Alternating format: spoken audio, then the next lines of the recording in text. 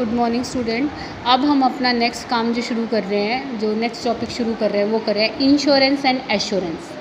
Insurance और assurance देखिए दो वर्ड होते हैं और इन दोनों में अंतर होता है। इंश्योरेंस जो जनरली यूज़ किया जाता है, ये यूज़ किया जाता है आपके जनरल इंश्योरेंस से रिलेटेड। जनरल इंश्योरेंस जैसे कि आपके हो गए फायर इंश्योरेंस, फिडेलिटी इंश्योरेंस, ये सब ठीक है।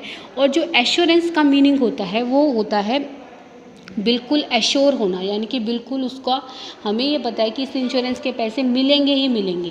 तो ये वर्ड यूज़ किया जाता है लाइफ इंश्योरेंस के केस में, क्योंकि लाइफ इंश्योरेंस, लाइफ क्या है हमें जो भी पर्सन अपनी लाइफ का या किसी की भी लाइफ का इंश्योरेंस कराता है, ये पता होता है कि हाँ एक दिन तो मृत्यु आनी आनी है, तो उस लाइफ इंश्योरेंस के पैसे क्या होंगे, आपको रिसीव होंगे ही होंगे। तो उसके लिए क्या वर्ड यूज़ किया जाता है, एश्योरेंस वर्ड यूज़ किया जाता है। In life insurance policy the meaning of the date the policy holder is ensured of receiving money from the insurance company.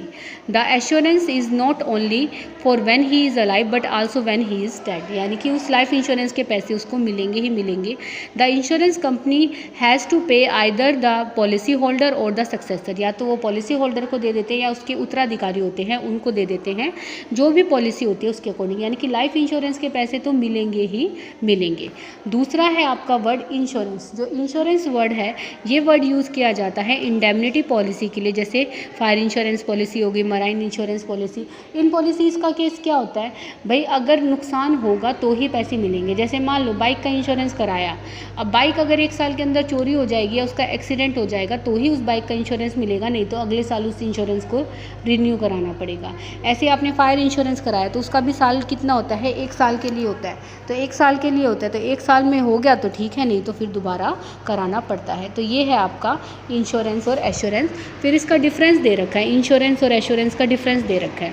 तो इंश्योरेंस वर्ड होता है किससे रिलेटेड, फायर और मराइन इंश्योरेंस से, और एश्योरेंस वर्ड रिलेटेड होता है आपका लाइफ इंश्योरेंस से। पेमेंट ऑफ कंपनसेशन, इंश्योरेंस के अंदर कंपनसेशन कब मिलता है, जब इवेंट होता है, और इसके अंदर कंपनसेशन कब पेमेंट होता है, चाहे इवेंट हो या ना हो, ये मिलेगा ही मिलेगा। नेचर ऑफ रिस्क का मतलब क्या होता है, इसके अंदर नेचर ऑफ रिस्क मे और मे नॉट भी हैपन, आग लग भी सकती है और नहीं भी लग सकती, लेकिन इसके अंदर सर्टेन होता है क्योंकि ये नेचर के अकॉर्डिंग बाउंड है कि व्यक्ति की मृत्यु होगी ही होगी। और कंडीशन टू क्लेम कंपनसेशन, ये कब कंपनसेशन पे किया जाएगा, सफ़र ऑफ लॉस, और इसमें बॉन्ड होता है इंश्योर्ड को, चाहे वो सफ़र ऑफ लॉस हो या ना हो, क्योंकि कई बार जब जिंदा होता है उस टाइम पे भी पेमेंट कर दी जाती है। फिर एक इम्पॉर्टेंट क्वेश्चन आपका स्टार्ट होता है, वाई इंश्योरेंस नीडेड, इंश्योरेंस की ज़रूरत क्यों है, या इसके लाभ क्या है, या इसका महत्व क्या है।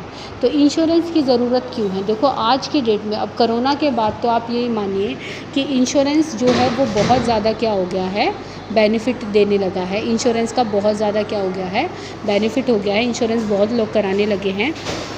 सबसे फर्स्ट है ये क्या करवाते हैं, प्रोटेक्शन प्रोवाइड कराते हैं। प्रोटेक्शन प्रोवाइड करने का मतलब क्या हुआ, इंश्योरेंस क्या करते हैं, प्रोटेक्शन प्रोवाइड करते हैं, आइदर प्रोटेक्शन ऑफ लाइफ और द प्रॉपर्टी, चाहे वो जीवन से संबंधित हो, चाहे वो किससे संबंधित हो, प्रॉपर्टी से संबंधित हो, ये क्या करते हैं, प्रोटेक्शन प्रोवाइड करते हैं।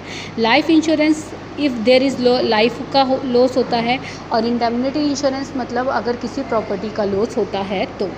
इन्वेस्टमेंट एलिमेंट भी है, लाइफ इंश्योरेंस के केस में इन्वेस्टमेंट एलिमेंट है, क्योंकि लाइफ इंश्योरेंस के अंदर जो आप पैसा जमा करते हैं वो कुछ टाइम पीरियड के बाद आपको जमा होकर, यानी कि कलेक्ट होकर मिलता चला जाता है, जुड़कर मिलता चला जाता है। तो जो लाइफ इंश्योरेंस है वो क्या है, उसके अंदर एलिमेंट ऑफ इन्वेस्टमेंट भी है, क्योंकि इसके अंदर बोनस जुड़ता चला जाएगा, इंटरेस्ट जुड़ता चला जाएगा, और एक फ़िक्स टाइम पीरियड के बाद या फिर जब किसी व्यक्ति की मृत्यु होती है तो उस पॉलिसी होल्डर को वो प्रीमियम बोनस के साथ क्या मिल जाता है, वापस मिल जाता है।